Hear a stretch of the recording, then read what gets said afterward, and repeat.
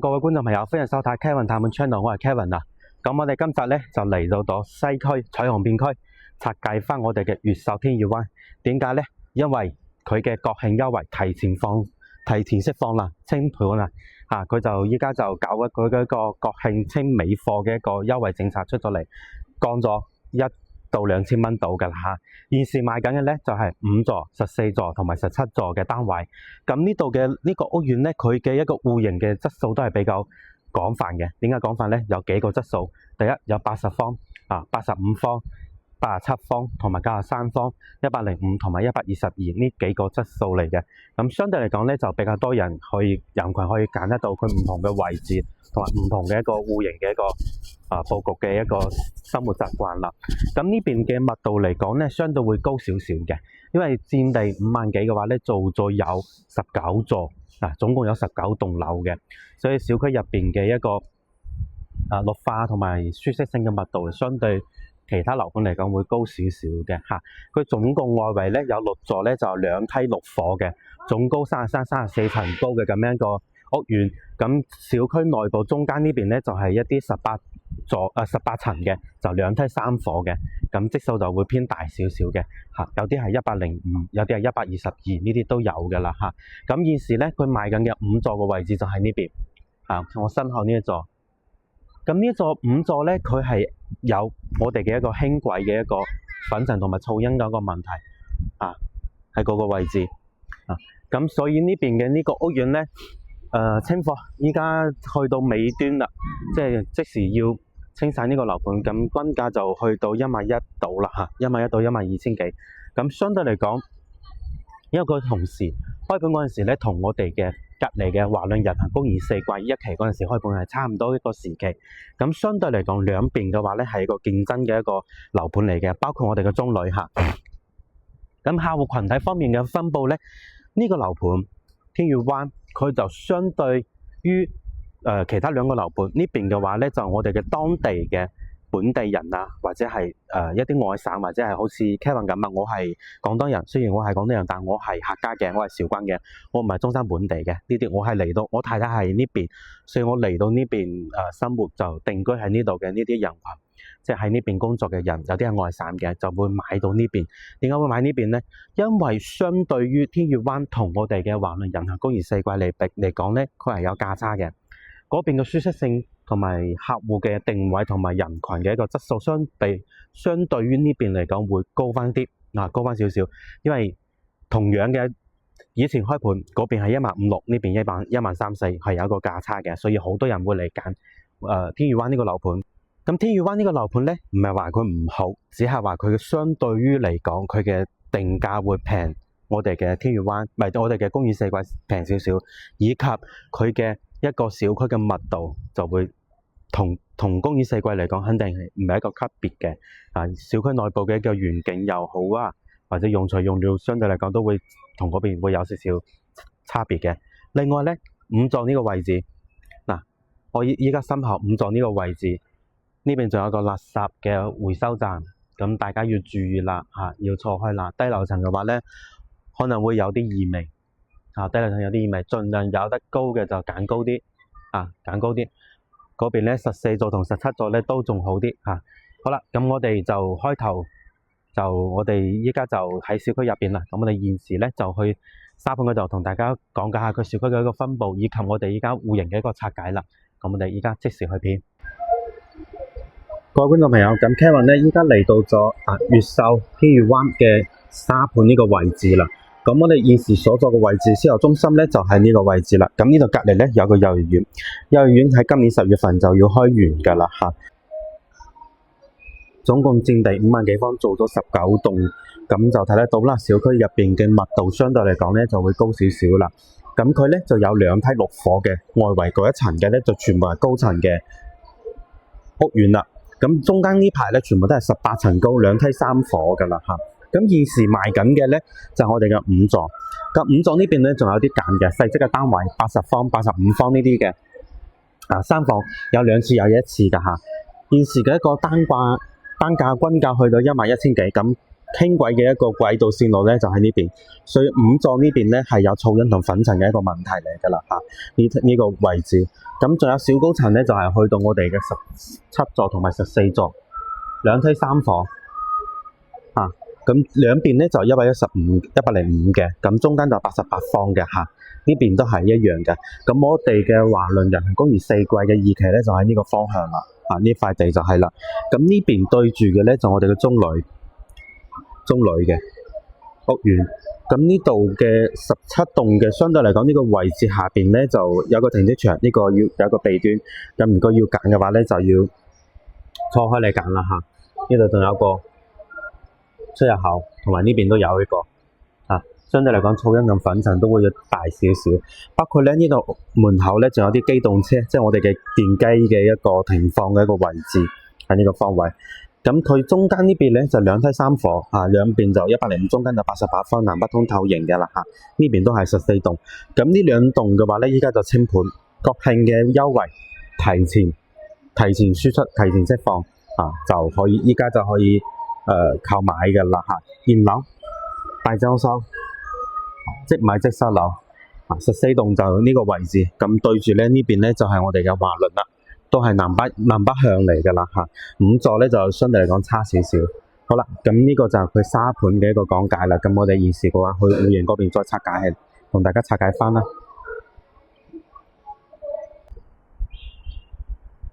各位觀眾朋友，咁依家 Kevin 咧就嚟到咗天悅灣5座嘅34樓，點解揀呢一層嚟同大家拆解咧？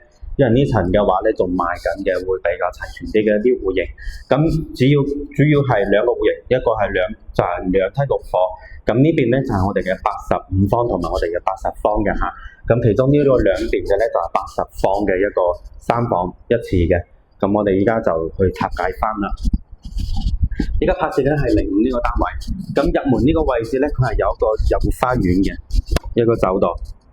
呢邊望出去咧就係我哋嘅一個北外環啦，105角度啦。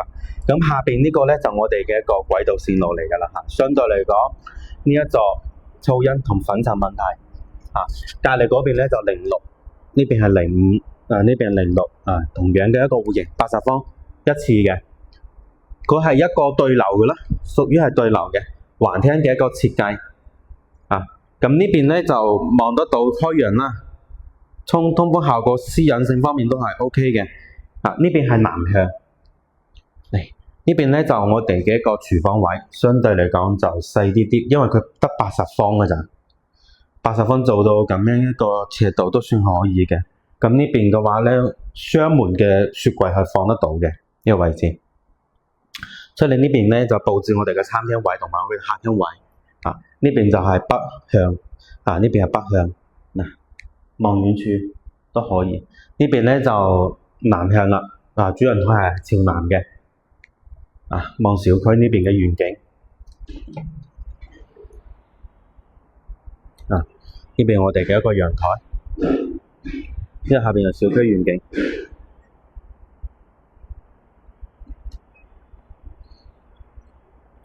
呢個就我哋嘅一個高鐵，輕軌高鐵啦。OK， 咁就房嘅佈置咧，全部係返呢邊㗎啦嚇。呢間房細細地比較細啊。如果可以剝咗佢嘅一個飄窗嘅話咧，仲大啲，但係唔可以剝㗎，因為佢係空調嘅預留位嚟嘅。咁呢邊咧都係通透型嘅主人房，兩邊南北通透型。好，咁呢邊咧就我哋嘅公衛啦，咁呢度係刷牙洗面嘅，方便嘅，淋浴嘅。咁呢間房咧就係陽台嘅形式去佈建㗎啦嚇，睇個窗戶就知㗎啦。浸送一半，同埋我哋嘅入戶花園浸送一半。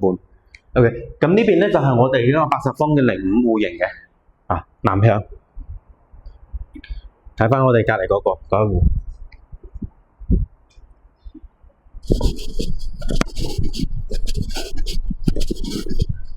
呢邊咧就06，同樣嘅，都係咁樣一個佈局。兩邊嘅話咧，嗰邊嘅景觀係朝南嘅，都開藥。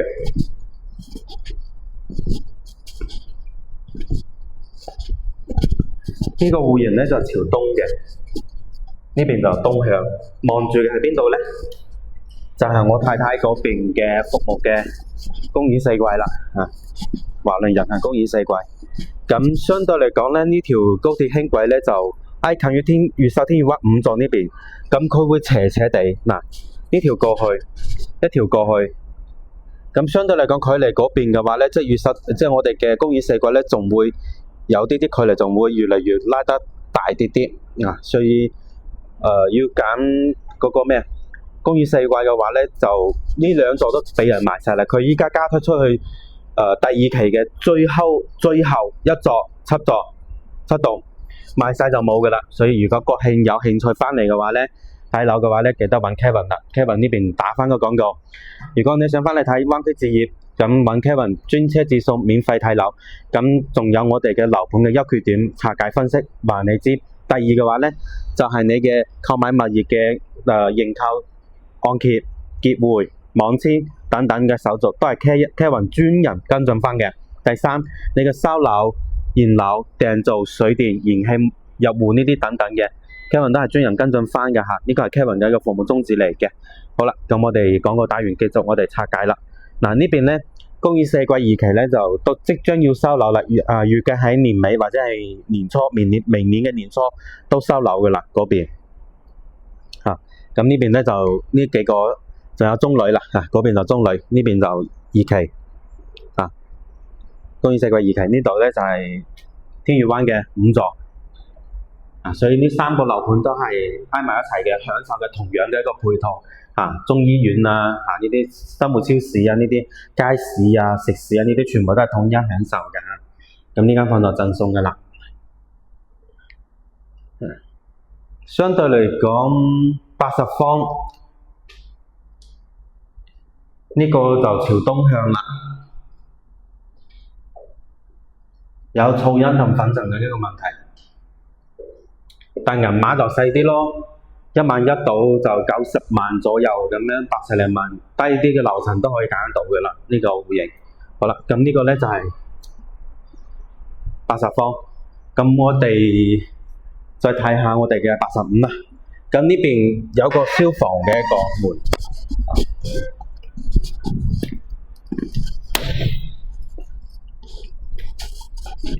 呢邊咧就係01同02啦，兩邊都係一樣嘅，東南向就一邊嘅。入門嘅話咧就左手邊，呢個入門咧就右手邊嗰啲廚房同埋房間嘅一個佈置啦。我哋先睇01。85方做3房2廳2廁，仲帶埋一個雙陽台，即係有個生活陽台啦。有個生活陽台。其實呢個廚房，如果你覺得細嘅話咧，你可以剝斷佢，然之後推出去封起嚟，呢間廚房就會大啲。咁現時嘅話咧，呢邊就放到一個單門嘅雪櫃啦。咁就係講話嘅呢配套雪櫃。呢度所睇嘅，即時所睇嘅、所見嘅，全部就係你收樓嘅一個狀態嚟㗎啦嚇。咁後期你仲需要啲訂造同埋改動嘅話咧，就需要自己去揾人設計或者係揾人做㗎啦嚇。但係揾 Kevin 都會專人幫你跟進翻㗎啦。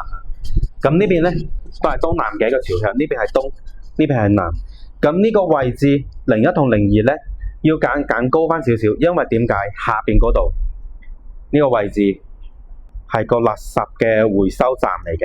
咁每日嘅小區入邊嘅啲垃圾全部放喺呢度，咁就有專人嘅人會喺呢度拉走。所以呢邊嘅話，如果低樓層嘅話咧，就係有氣味㗎啦嚇。咁要注意翻㗎啦，呢邊下邊呢個位置咁就公園四季2期嗰邊啦。呢邊咧就係佢哋嘅當地即係公園四季嘅回遷房嘅呢幾座。咁依家賣嘅係靠近嗰邊嘅，所以買公園四季咧就唔使擔心呢個垃圾嘅一個異味咧會飄到你去公園四季嘅2期。所以公園四季嘅一啲業主咧就唔需要擔心呢個問題嘅啦嚇，因為你哋買嘅喺嗰邊嘅嚇，呢邊係回遷房嚟嘅，賠翻俾本地，即係賠償俾本地居民嚇。咁呢個係東南向，睇公共洗手間。三段式。咁呢個咧就係我哋嘅一個陽體形式佈建嘅，相對嚟講會大啲，比80方嗰個仲要大啲。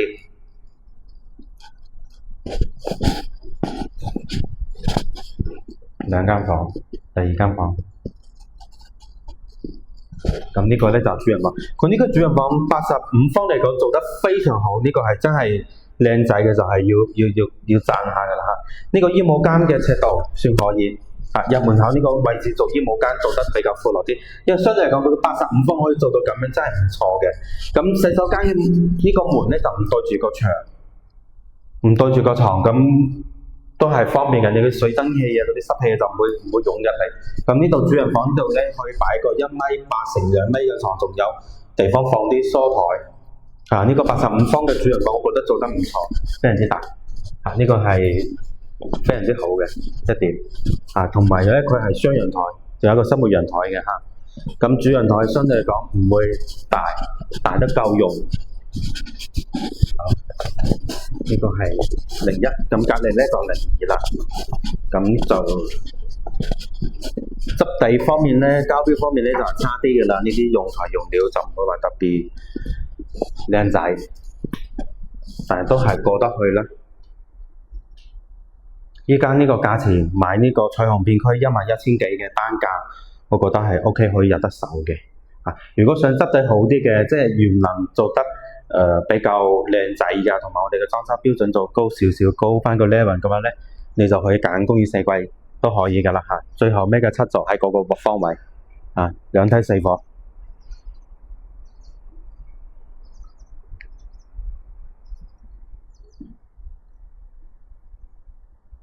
呢個就係我哋嘅02主人房。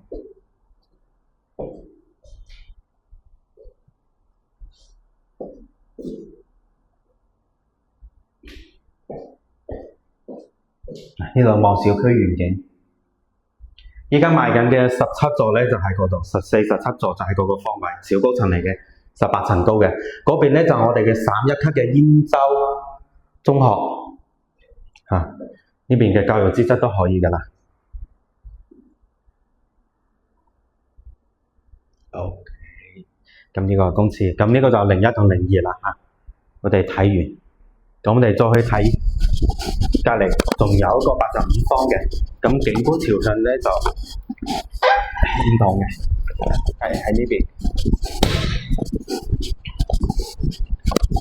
咁呢度咧，佢呢度咧就有一個，呢個就要注意下㗎啦嚇。呢度有個位置唔係好安全咁啊，係咯。但呢邊嘅話咧就靠近於我哋嘅輕軌啦，高鐵站啦。呢個都係85方嘅，佢係2梯6房嘛，其中05同06就係80方嘅，其他4房都係85方嘅。咁呢邊就係朝南向啦，朝南正南啦。望小區遠景。前面嗰度咧就係我哋嘅17座同埋14座嗰啲小高層賣緊㗎啦嚇。呢邊嘅方位，咁遠處咧就我哋嘅中旅啦，嗰邊係中旅㗎啦。呢邊就係我哋嘅中學，煙洲中學，非常之近嘅嚇。咁呢邊過去咧，嗰邊呢棟樓嘅過去嗰個方向咧就中醫院。咁步行嘅話咧，幾分鐘都可以到㗎啦嚇。有啲頭痕發熱嘅話咧，一啲毛病嘅話咧，去醫院都係好便捷嘅。咁你嘅醫療保障係有嘅。咁呢邊咧就係我哋嘅主人房。85方都係一樣嘅，只係每個位置景觀唔同啦，朝向唔同啦。呢邊咧就俾各位睇清楚啦。其中佢嘅4座咧，睇得到嘛？隔離4座，仲有好入住率都算可以㗎嚇，你睇到嘛？因為雖然佢係靠近於我哋嘅輕軌，呢個位置輕軌，但係佢嘅入住率望得到啦，有啲風窗，有啲人喺度晾衫。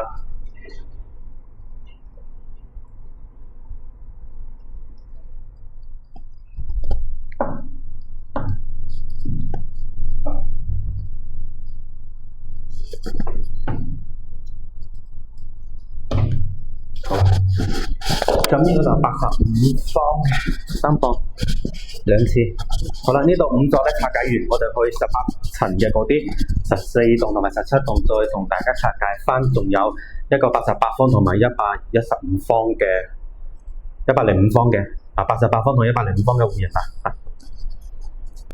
轉頭見。咁我哋依家咧拍嘅咧就係14棟嘅301，呢個戶型咧非常之靚仔啦嚇。咁佢係一個獨梯嘅電梯入嚟嘅話咧，呢邊係有一個入戶花園，即係獨梯專享嘅嚇。咁嘅一個空間即係贈送噶啦。咁入門呢度咧就可以做個鞋櫃呢個位置，呢個位置可以做個鞋櫃嘅。咁左手邊咧呢個就一個洗手間，咁佢105方一個公廁係放喺門口嘅。咁其他咧4間房全部喺入邊，係105方做4房，而且仲係南北通透雙陽台嘅一個戶型設計嚟嘅。呢邊係北面，右手邊呢度咧就係餐廳位、廚房位廚房105方都可以嘅嚇，放個雙門嘅雪櫃。呢個戶型非常之靚仔㗎啦，105方做雙陽台，南北通透。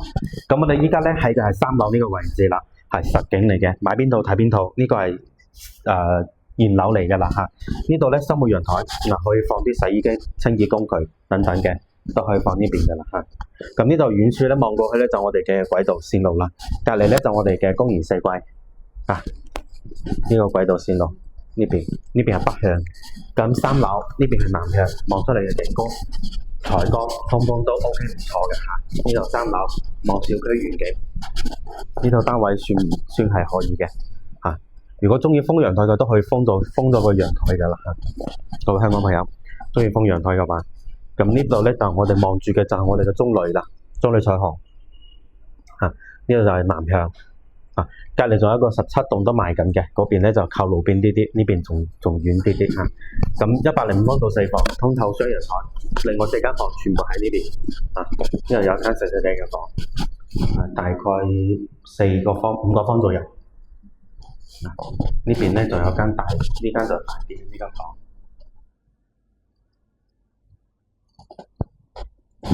2間房朝北，2間房朝南。咁呢個就係以陽台形式佈建嘅一個贈送一半嘅呢間房嘅面積。主人房呢度套廁嚟㗎嚇，咁佢嘅一個嗰個洗手間嘅門咧就唔對住你鋪床嚟嘅，都係唔錯嘅嚇。呢個設計。咁呢度做一提衣櫃，咁都仲可以放得到一個1.8米乘2米嘅一個大床，朝南嘅。好啦，咁呢個105方做4房3樓現樓嚟㗎啦嚇。對呢個單位有興趣嘅話咧 ，call Kevin 帶你哋實地考察下。咁我哋再去睇其他個戶型啦。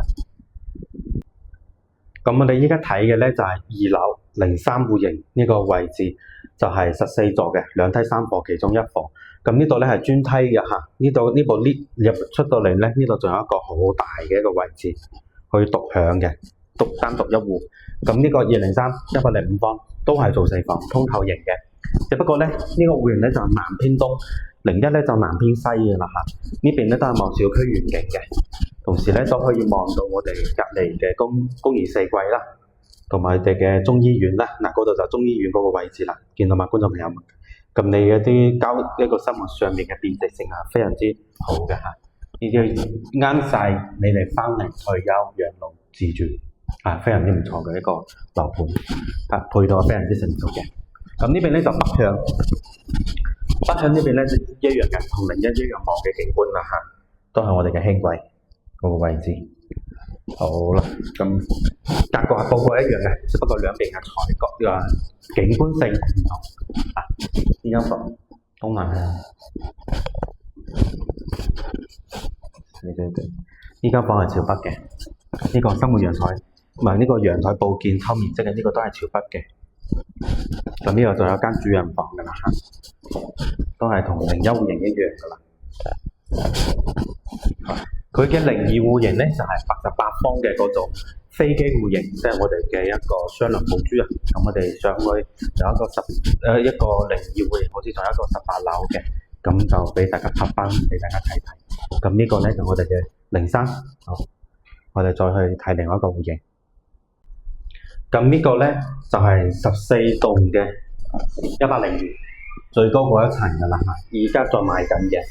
都係獨梯嘅，等於話佢每一戶兩梯3房，每一戶出嚟嘅話咧，都有一個思想嘅一個空間俾到你。咁呢個咧就係我哋嘅88方嘅3房2廳2衛，咁朝南全部係朝南嘅雙龍抱珠咁樣一個戶型。咁入門嘅話咧，右手邊呢一級就係我哋嘅廚房位，採光都可以嘅，呢度可以放個雙門嘅雪櫃。咁呢個88方嚟講，佢嘅廚房都係算比較大啲㗎啦，直嘅 L 型。咁呢邊咧就出到嚟呢度就餐廳位呢個位置，擺啲餐廳梳食飯嘅。咁呢邊就客廳朝南向，左手邊呢邊有2間房，呢個就生活陽台佈建嘅面積，抽面積嘅1半嘅，可以做間書房或者做間多功能嘅房，公共洗手間。同埋我哋呢度有間朝南嘅房，佢呢度嘅戶型賣得非常之快，一劈價，之前賣13000嘅，依家11000，咁就嗱聲好快，嗰啲房源更新好快。之前有啲好靚仔嘅樓層，依家都賣晒啦。呢個就主人套房。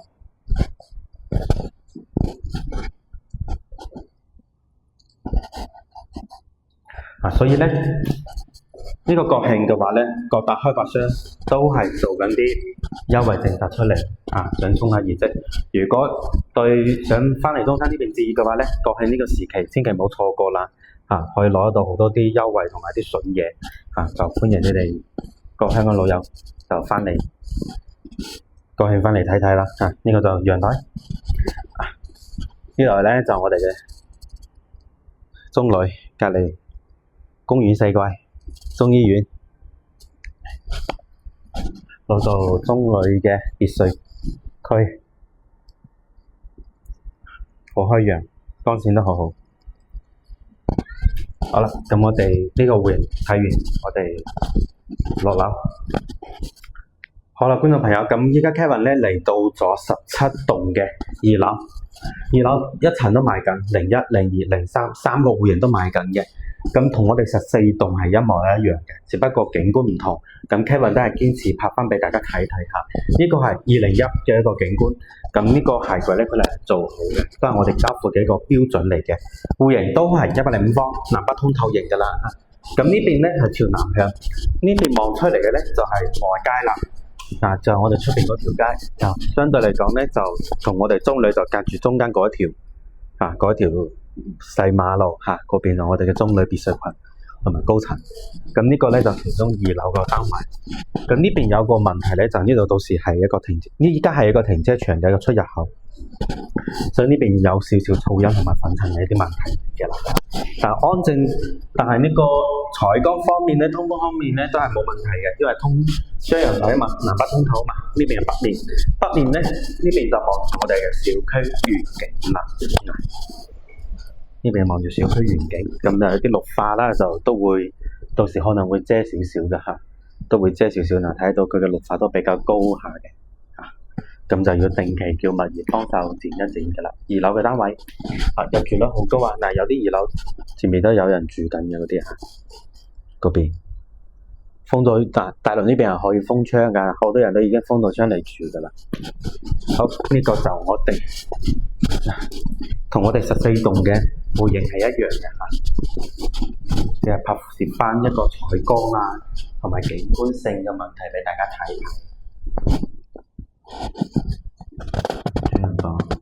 好啦，咁呢個咧就我哋嘅01戶型。我哋再睇翻我哋嘅03，呢度咧都係獨享嘅一部 lift 出嚟。咁呢度係有一個上層嘅一個空間俾到你。咁呢度咧有個防火門，咁隔住過嚟呢邊咧，呢邊過去02戶型88方，呢個過嚟咧就03嘅，呢邊03嘅一個電梯，都係105方，到4房，南北通透，北面小區園景，南面外街。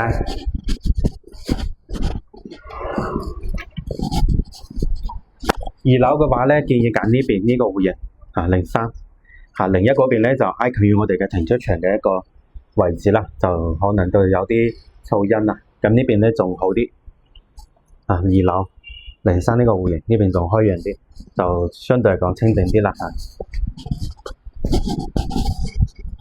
冇辦法，因為佢17棟，依家就得翻2樓呢度一層度買緊嘅，所以咧呢邊賣得比較快嚇。咁如果係有興趣嘅觀眾朋友咧，可以嗱一聲 call Kevin 翻嚟實地考察下呢個項目，或者想睇其他項目都可以嘅嚇。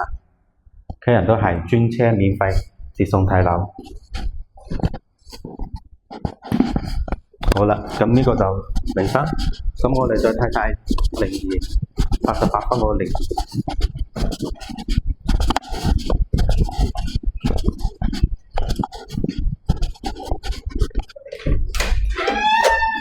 呢度又係02戶型獨享嘅，呢度都差唔多有6個方、5個方、6個方咁樣一個尺度啦。呢個係02戶型，朝南向。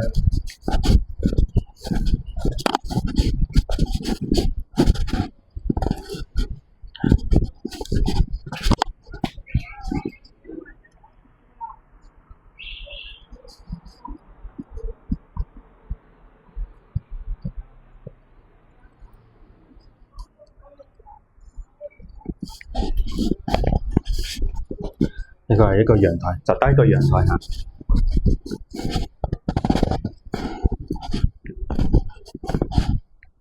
嗱，呢個戶型呢度做一個鞋櫃，其實覺得呢度再做飯台，咁你嗰個鞋如果有味道，咪串味。其實覺得呢個係多餘嘅。咁呢度就粗過，建議如果朋友仔改呢個位置，鞋櫃可以唔使要呢個，呢個可以改成酒櫃啊，即係你食飯嗰陣時啲酒櫃咁。咁鞋櫃咧買個細細地嘅放出邊都可以嘅，唔使咁高下嘅，買啲咁高嘅，即係咁樣咁高下嘅啲鞋櫃平過去都可以冇問題㗎嚇，就唔使做到呢個位置。廚房2樓嘅光線都好好㗎嚇，呢度係2樓，佢光線都唔錯，通風效果都可以。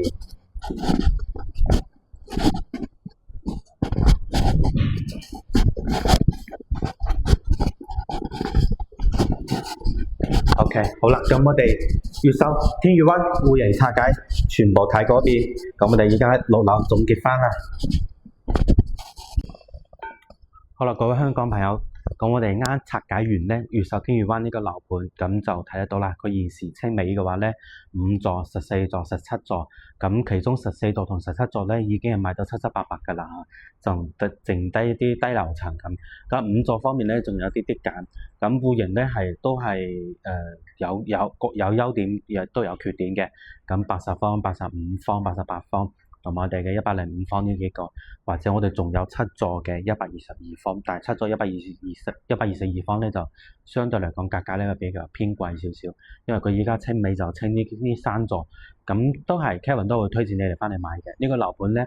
咁缺點方面，我哋拆解翻啦，總結翻缺點方面，咁5座咧就相對於嚟講咧就係會靠近於我哋嘅輕軌啦，我哋嘅高鐵站呢個軌道線路呢邊啦嚇，咁有噪音同粉塵問題，以及5座嘅一個樓下屋苑樓下係一個垃圾嘅一個回收站，相對嚟講5座嘅位置咧就唔係好理想啊，咁所以都要睇住嚟揀翻啲高樓層啦，低樓層就千祈唔好揀噶啦嚇。咁另外14同17座咧就得翻啲2樓，中意低樓層嘅香港朋友仔咧就可以翻嚟睇睇嘅啦，都係揸緊時間，因為而家清尾呢個價格嚟講相當之有優勢，因為周邊嘅配套非常之成熟嘅。咁睇過我其他影片都知啦，我哋公園4季嘅同埋越秀天悦灣係兩隔離嘅。頭先一個戶型上邊嘅一個拆解都睇得到佢周邊嘅一個配套，同埋佢係一個現樓。第二咧，佢價格係非常之實惠嘅，11000幾清尾。咁就其他啲咩車位啊，車位依家賣緊產權車位8到10萬蚊一個，咁就冇贈送嗰啲車位嘅嚇，以及啲家電都冇贈送，佢就可以斟一斟送翻1年嘅物業管理費啦嚇。咁仲有咧5座咧，佢係2梯6貨嘅。咁相對嚟講咧，密度就會高啲啦，就一層嘅話咧就會多咗幾層。咁你等 lift 嘅時候咧，出行等 lift 嗰陣時咧，就相對嚟講要使多啲時間㗎啦。佢係5座嘅一個位置。咁14座同17座咧，咁呢邊咧就兩梯三房嘅。咁17座呢方面咧，就相對嚟講門2樓望出嚟呢個位置係有我哋嘅一個出入口，咁相對嚟講同埋靠路邊，咁都係有多咗一啲啲粉塵同埋噪音呢啲啲嘅問題，但係唔會特別影響大啦，唔會好似5座咁大嘅。各有千秋，咁就係佢嘅一個14座嗰邊咧，就靠近於我哋嘅公寓四季呢邊嘅嚇。咁戶型方面咧都係比較靚仔啦嚇，咁可以見得到佢85方做3房2廳2衛，咁其中佢主人房嘅一個闊度都係唔錯嘅，做咗一個套房單獨嘅衣帽間咁啦。咁我哋嘅80方都係可以做一個對流嘅一個戶型嘅嚇，以及我哋嘅一個88方都係3房2廳2衛，咁仲有105方就係一個4房添，雙陽台通透型，南北通透嘅。咁佢嘅一個優點都係啦，現樓價格平，同埋戶型使用都係唔錯嘅。仲有就係我哋嘅一個二時清尾呢啲政策各方面都係價格呢個真係實惠啊！11000嘅隔離華能要賣到12300度啊，平到足足平到1000蚊。咁如果係想國慶翻嚟執翻啲筍嘢嘅，咁就揸緊時間啦。好啦，咁今期嘅視頻嘅內容咧就到呢度啦，拆解完到呢度啦。如果覺得我嘅影片對香港朋友仔你哋有幫助嘅話咧，麻煩就點翻個 like 吧，或者係敲個鐘仔訂閱翻我嘅 channel，咁樣咧就唔會錯過下一集嘅精彩嘅影片啦。好啦，我哋今期嘅視頻內容就到呢度，下一期再見，拜拜。